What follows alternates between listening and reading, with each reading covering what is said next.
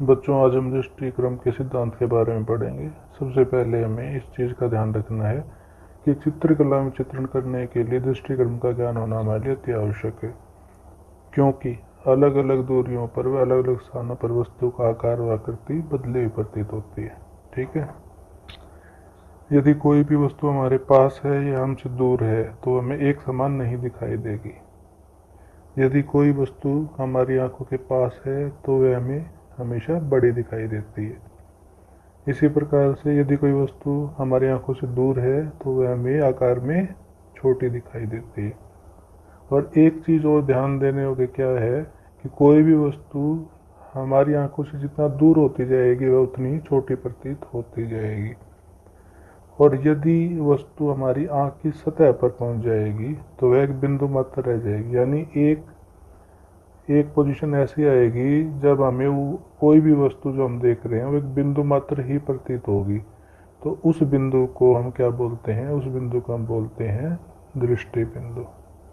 ठीक है बच्चों, अगर हम दृष्टि बिंदु के सिद्धांतों की बात करें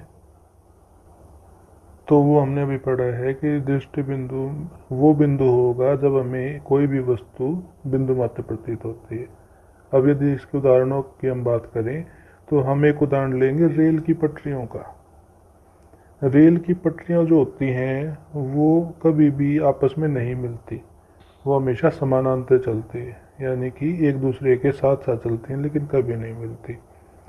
लेकिन अगर हम उन्हें खड़ा होकर एक बिंदु पर खड़ा होकर देखें, यानी कि हम मान लो यहाँ पर खड़े होकर इन पटरियों को देख रहे हैं, तो क्या होगा? एक बिंदु पर यानी एक स्थान पर हमें क्या महसूस होगा कि ये जो रेल की पटरियां हैं ये आपस में मिल रही हैं। ये हमें कब महसूस होगा? जब एक बिंदु हमारी आंखों की सतह पर आ जाएगा।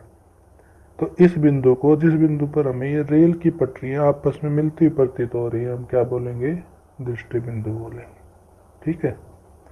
इसी प्रकार से अगर हम बात करें कि एक पंक्ति में एक क्रम में बिजली के खंभे लगे हुए हैं, तो जो खंभा हमारी आंख के सबसे पास होगा वो हमें बड़ा दिखाई देगा। जैसे जैसे हमसे दूर होते जाएंगे वो हमें आकार में छोटे दिखाई देंगे और अंत में वो हमें बिंदु मात्र ही प्रतीत होंगे। तो उस बिंदु को, जहाँ पर ये खंभे हमें बिंदु मात्र प्रतीत हो रहे हैं, उस बिंदु को हम क्या बोलेंगे? दृष्टि बिंदु। इसी तरह से हम एक और अगर उदाहरण लें पेड़ों का, तो जो पेड़ सबसे पास है आंखों के वो सबसे बड़ा दिखाई देगा, और ऐसे ही दूर जाते जाते एक बिंदु ऐसा आएगा जब हमें वो बिल्कुल ही बिंदु मात्र दिखाई देगा। तो उसे हम क्या बोलेंगे? उसे हम बोलेंगे दृष्टि बिंदु। बात करेंगे दृष्टि रेखा की। किसकी बात करेंगे अब हम? दृष्टि रेखा की। दृष्टि रेखा क्या होती है? यदि कोई भी वस्तु हमारी आंखों की सतह के सामने होगी तो वह हमें केवल एक रेखा के रूप में दिखाई देगी। इस रेखा को हम क्या बोलेंगे? इस रेखा को हम दृष्टि रेखा बोलेंगे।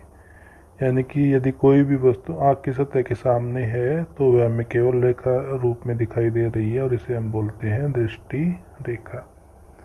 यहाँ पर ध्यान देने योग्य जो और बातें हैं वो क्या है कि यदि कोई वस्तु हमारी आंख की सतह से ऊपर होती है, यानी कि हम अगर नीचे हैं और नीचे से हम ऊपर किसी वस्तु को देख रहे हैं, तो हमें उस वस्तु का कौन सा भाग दिखाई देगा?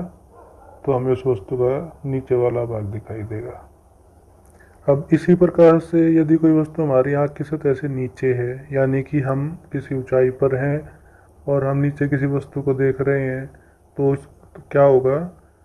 तो हमें उस वस्तु का ऊपर वाला भाग दिखाई देगा। अगर हम उदाहरण की बात करें तो उदाहरण है एक गिलास। यहाँ पर हमने गिलास को अलग अलग स्थितियों में दिखाया हुआ है, यानी अलग अलग जगह पर रखे हुए हैं। यदि यह गिलास हमारी आंखों के बिल्कुल सामने होगा, यदि यह गिलास हमारी आंखों के बिल्कुल सामने होगा तो हमें एक रेखा के रूप में प्रतीत होगा। इसे हम क्या बोलेंगे? दृष्टि रेखा। इसी प्रकार यदि यह गिलास हमारी आंखों से ऊपर होगा, यानी आंखों की सतह से ऊपर होगा, जैसे ये गिलास और ये गिलास, तो हमें इस गिलास का सिर्फ नीचे वाला भाग ही दिखाई देगा। क्योंकि यह हमारी आंखों की सतह से ऊपर है। और यदि यह गिलास हमारी आंखों की सतह से नीचे होगा तो हमें इस गिलास का कौन सा भाग दिखाई देगा? हमें इस गिलास का ऊपर वाला भाग दिखाई देगा। इसी प्रकार से अगर हम दूसरा उदाहरण लें धरती और आकाश का, तो एक हमारे सामने देखा ऐसी महसूस होती है हमें जहाँ पर हमें लगता है कि धरती और आसमान आपस में मिल रहे हैं। तो इस रेखा को हम क्या लेंगे, क्या बोलेंगे? दृष्टि रेखा। इसी प्रकार से एक और उदाहरण लेते हैं कि एक व्यक्ति एक मकान की दूसरी मंजिल पर खड़ा है और वो अपने बगल में एक दूसरे मकान को देख रहा है जो सिर्फ एक मंजिल का है। तो क्योंकि उसकी आंखों की सतह जो है वो ऊपर है और वो नीचे की चीज़ को देख रहा है, तो उसे क्या दिखाई देगा? इस मकान का सिर्फ ऊपर वाला भाग, यानी कि सिर्फ छत दिखाई देगी।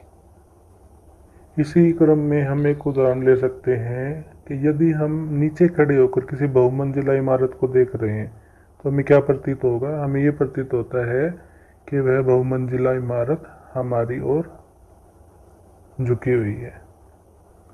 तो बच्चों, ये था दृष्टिक्रम के सिद्धांत के बारे में। उम्मीद करता हूँ आप लोगों को पसंद आया होगा और आप लोगों को समझ में भी आया होगा।